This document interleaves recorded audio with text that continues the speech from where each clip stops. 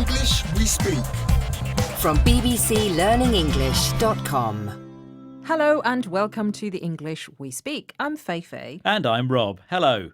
In this programme, as you know, we like to add a little humour while teaching our phrases. Yes, usually it involves a misunderstanding.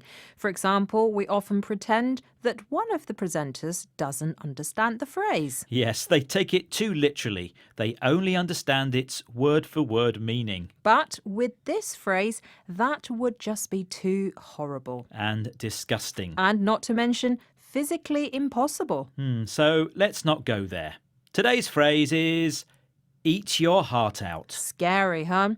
Thankfully, it has nothing to do with eating an important part of your body. It's an unusual expression. When people say it, they often follow it with the name of a famous or successful person that they want to be compared to. But why? It's easiest to explain with an example. Imagine you're painting a picture. When you finish, you say, "Eat your heart out, Picasso."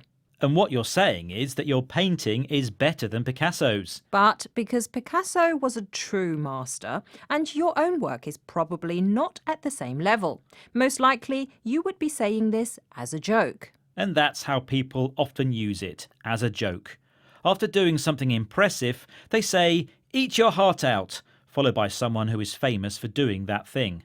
For example, after cooking a fantastic meal, they might say, "Eat your heart out," and the name of a celebrity chef, even if they don't think their cooking is better than the chef's. It's almost like a fun way of expressing pride in your work without sounding too arrogant.